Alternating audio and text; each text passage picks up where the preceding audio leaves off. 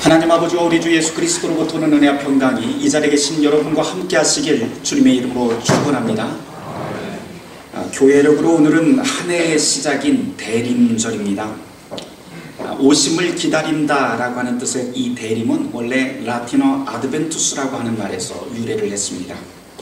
이 말은 로마 시대 때 황제가 개선 장군으로 로마에 입성할 때 행진의 맨 앞에 서 있는 사람이 큰 소리를 외치는 데서 유래를 했지요. 우리나라 역사 드라마에서도 이런 일을 종종 볼 수가 있습니다.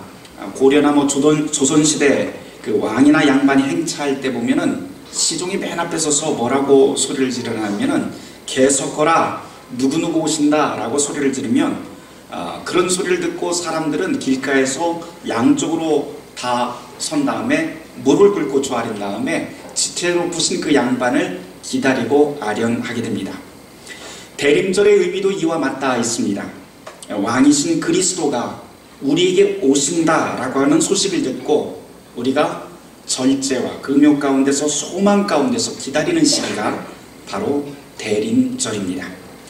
이 대림절이 되면 성탄까지 4주일이 걸립니다. 그래서 4주일 동안 매 주일 예배마다 초를 하나씩 밝혀가면서 우리의 소망을 더욱 키워나가게 됩니다. 여러분들 앞에 보시면은 매 주일하고 조금 다른 장식이 하나 생겼습니다. 이것을 대림초라고 하는데요. 이 대림초에 초를 켜는 전통은 사실 이제 어느 교회를 가더라도 그리 낯선 것이 되지 않았습니다. 아주 익숙해졌는데요.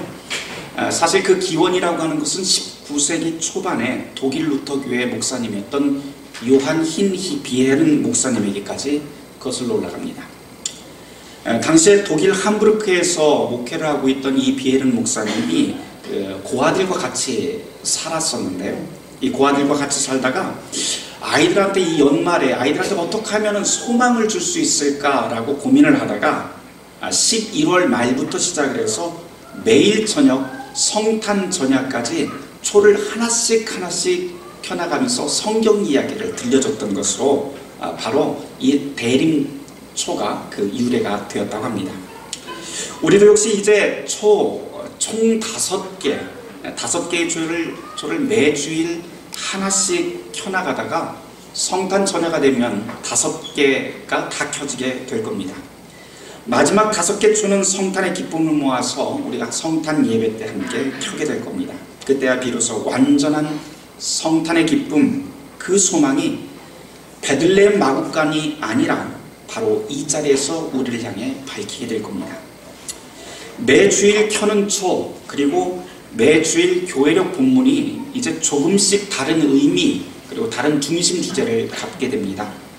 특별히 오늘은 대림절 첫째 주일로 첫 번째 초를 켰는데요.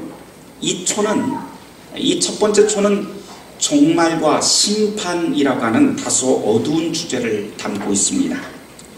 그래서 오늘 교회력 본문들을 여러분들이 다 보시면 알겠지만 다들 좀 어두운 그런 주제들입니다. 하지만 이 어두운 주제에서 점점 밝은 곳으로 성탄을 향해 가면서 점점 밝고 희망찬 말씀들이 우리에게 울려 퍼지게 될 겁니다. 마찬가지로 오늘 보시면 알겠지만 다른 교회 다니시는 분들은 오늘 우리 교회를 보고 성탄트리 보고 참 낯설다, 생뚱맞다 이렇게 생각하실 분들 있을 것 같습니다. 다른 곳에 가면 성탄트리 하면은 굉장히 엄청난 장식들, 번쩍번쩍하는 장식들을 많이 붙여놓은 것을 보게 될 텐데요. 우리 교회에서 대림절 때 시작하는 이 성탄초의 성탄목의 성탄 장식은 아주 단출합니다. 이곳에는 아무것도 들어있지 않고 오직 선악과를 상징하는 그냥 볼만, 둥근 볼만이 이 안에 들어있습니다. 이것을 통해서 우리에게 말하고자 하는 의미가 있습니다. 바로 우리의 벌거벗은 존재, 우리의 죄악된 현실을 우리가 이 성탄목을 통해서 함께 보고 그리고 우리를 돌아보자는 의미가 담겨 있습니다. 그리고 또한 매주일 가면서 또한 여기 있는 장식들이 조금씩 계속 바뀌게 될 겁니다. 그러면서 완전한 장식은 우리가 성탄 때 역시 5개의 초가 켜지는 것과 마찬가지로 이 성탄목도 역시 그대로 장식을 더하게 될 것 같습니다. 오늘 대림절입니다. 교회력 말씀으로 돌아가 볼까요? 이미 말씀드린 것처럼 교회력의 오늘 주제의 말씀 다소 어두운 주제입니다. 구약 본문인 이사야 64장의 말씀을 보면 이사야 선지자는 이스라엘을 향해서 주님의 심판과 그분이 오시는 그 종말을 다루고 있습니다.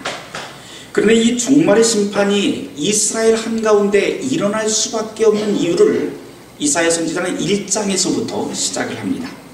이사야에서 첫머리인 1장 21절 이하를 우리가 참조해서 본다면 거기에 몇 가지 심판받을 수밖에 없는 조건들이 거기에 등장하게 되죠. 거기 보면 하나님의 백성이 하나님이 아닌 부와 권력을 탐하면서부터 이 문제가 시작되었다라고 이사야 선지자는 고발하고 있습니다. 물론 우리가 돈을 가진 것, 부유한 것, 권력을 가진 것, 그것 자체로 악은 아닙니다.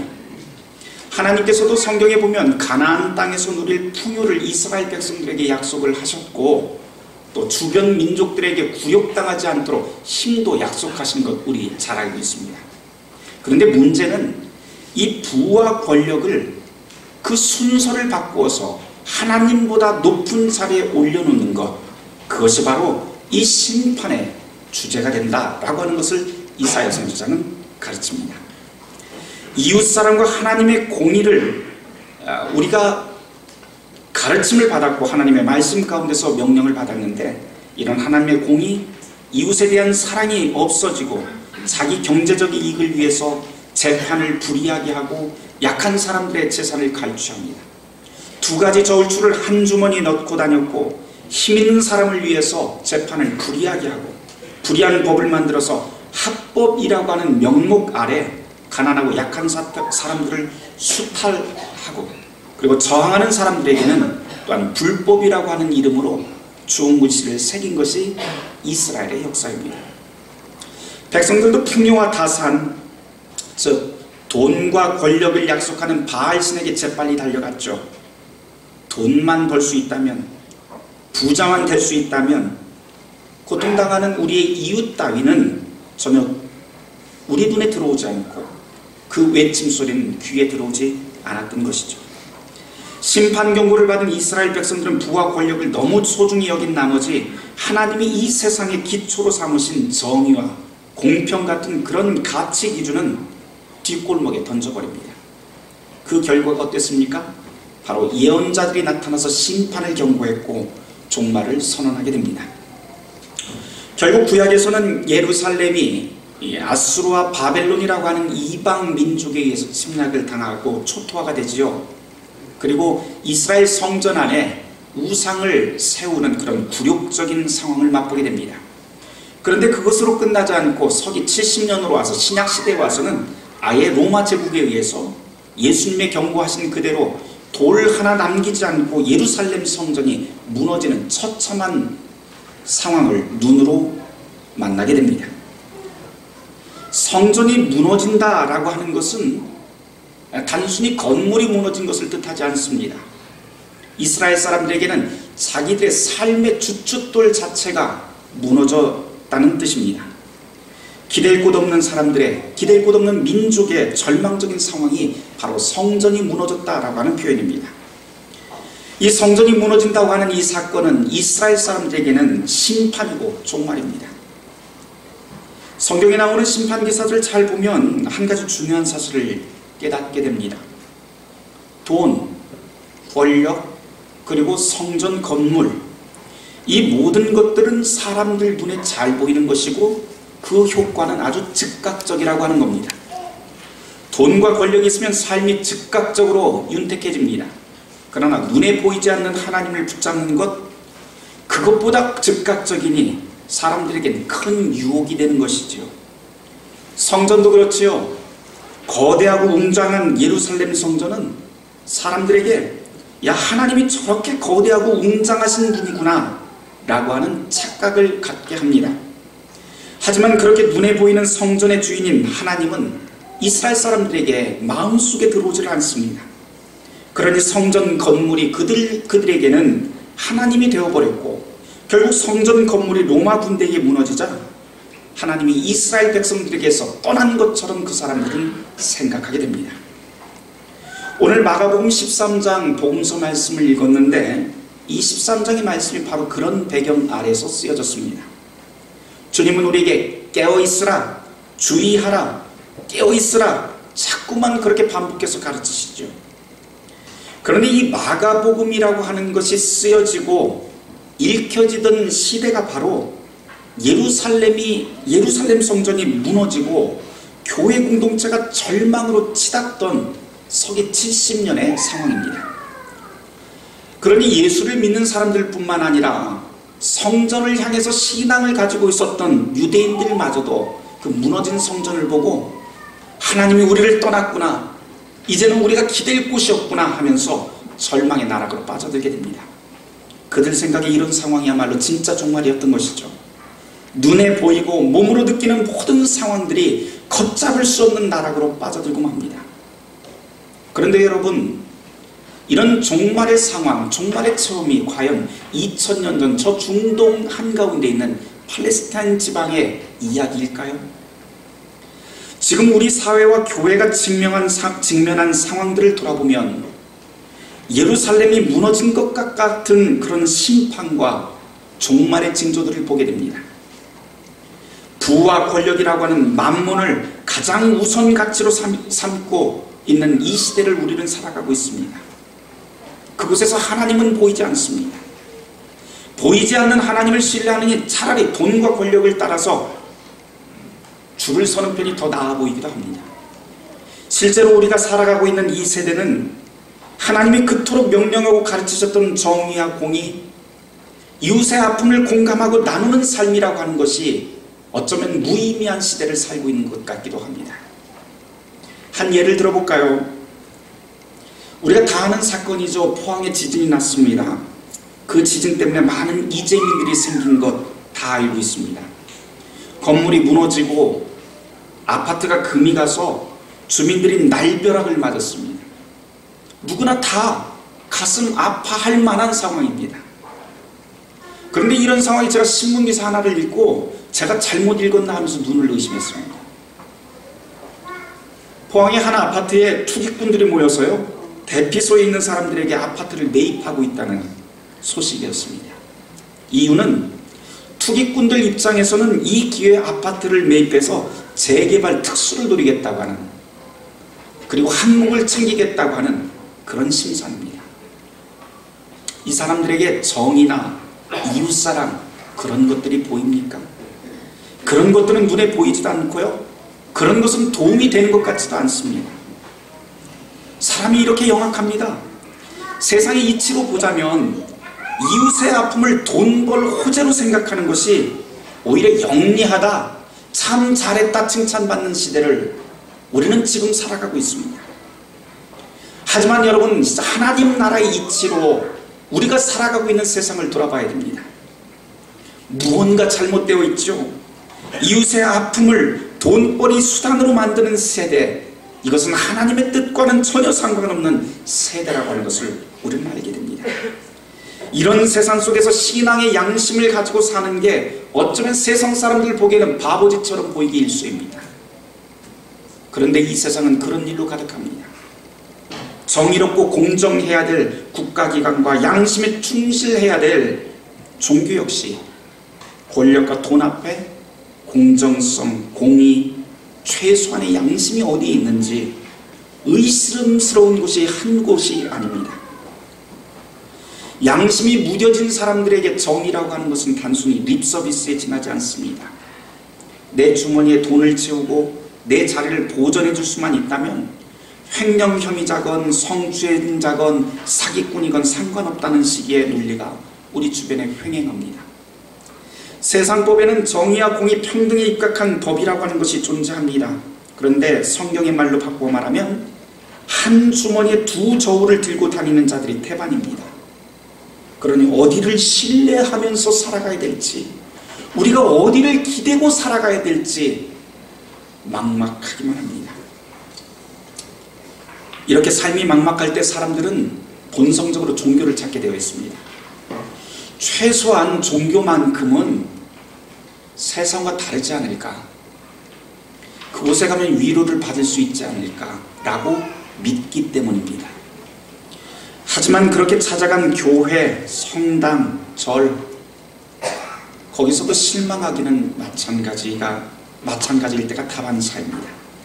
그곳에서도 여전히 상식을 넘어선 불법이 자행되고 있고 부와 권력을 대물림하고 있는 것을 너무나도 당연히 생각하는 교회가 있다는 소식을 우리는 우리 주변에서 너무 쉽게 듣고 있습니다. 이런 모습을 보고 있자니 과연 하나님이 이 땅에 정말 계시는가? 그런 의심이 들기까지 합니다. 예수님은 과연 우리의 이런 상황을 두고 어떻게 판단하고 무엇이라고 말씀을 하실까요? 오늘 복음서 말씀의 앞구절인 마가복음 13장 38절을 보면 예수님이 이런 말씀을 하시죠. 무화과 나무의 비유를 배워라. 이러면서 주님께서 가르침을 시작합니다.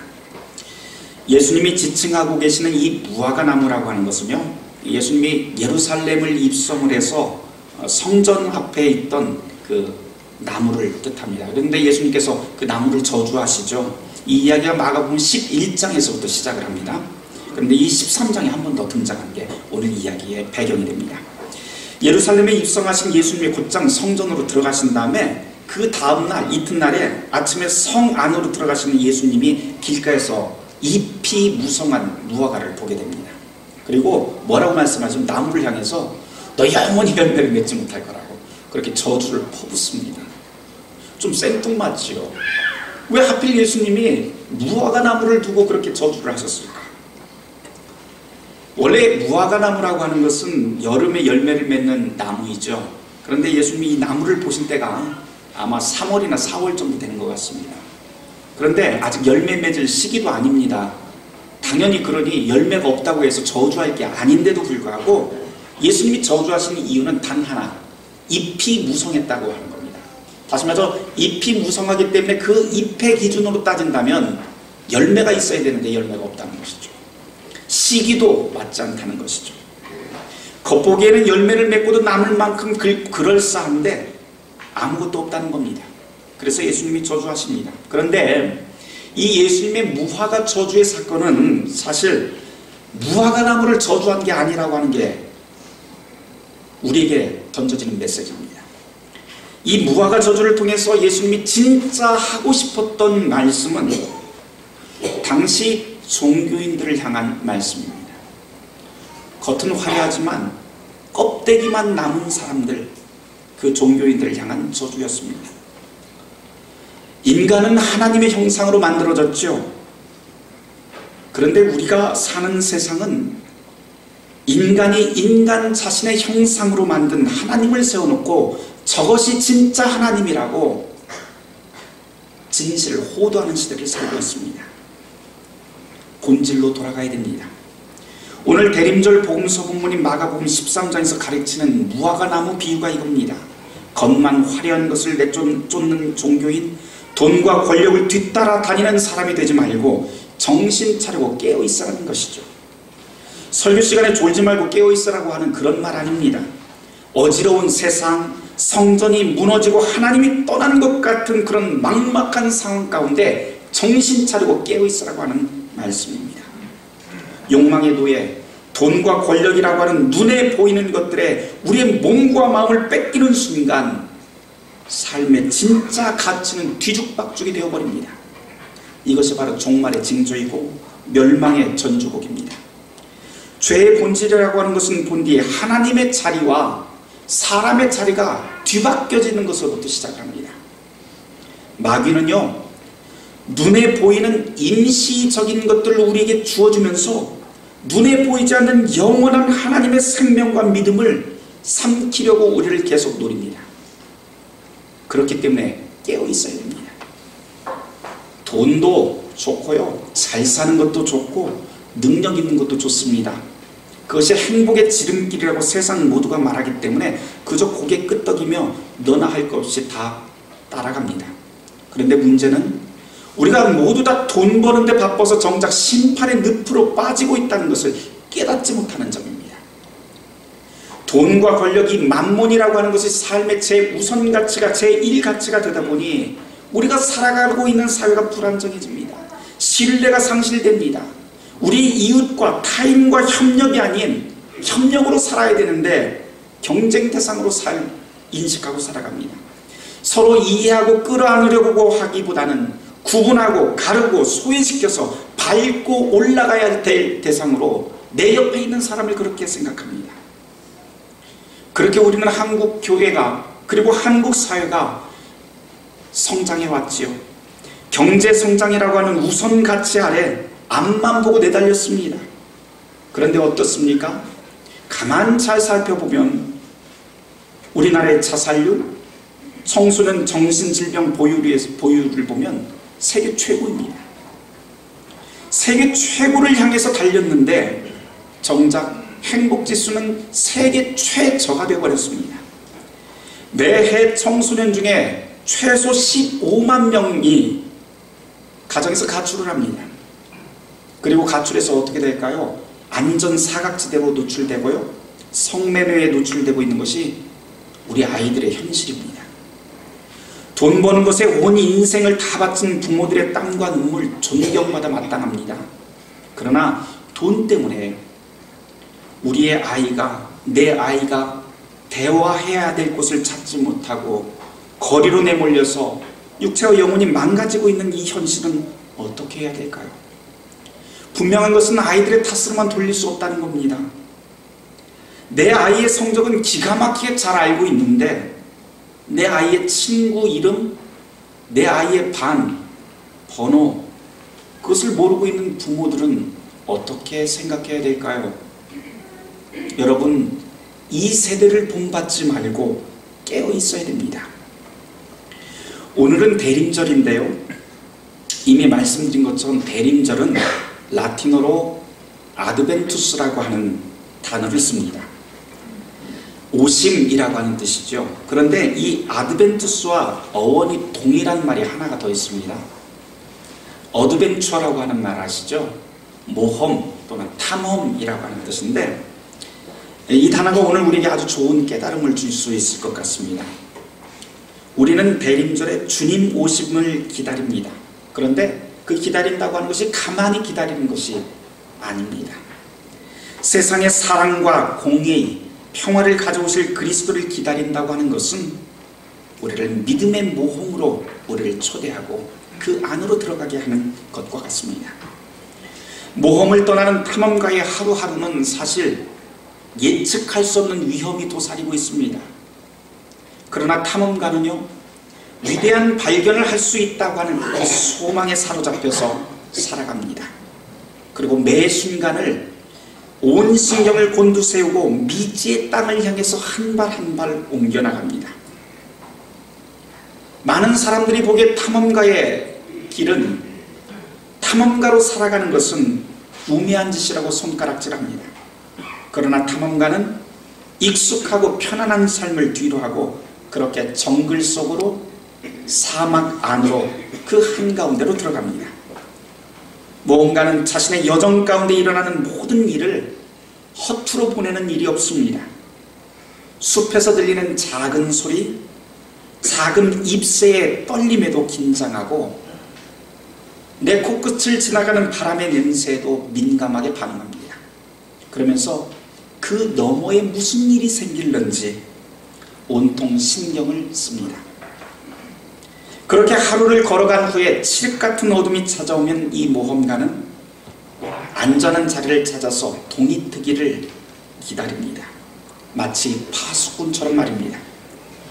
그 다음 여정, 위대한 발견이 그를 기다리고 있다는 마음에 그는 그 밤을 파수꾼처럼 지새웁니다. 대림절, 깨어있으라고 하는 주님의 말씀이 이와 같지 않을까요?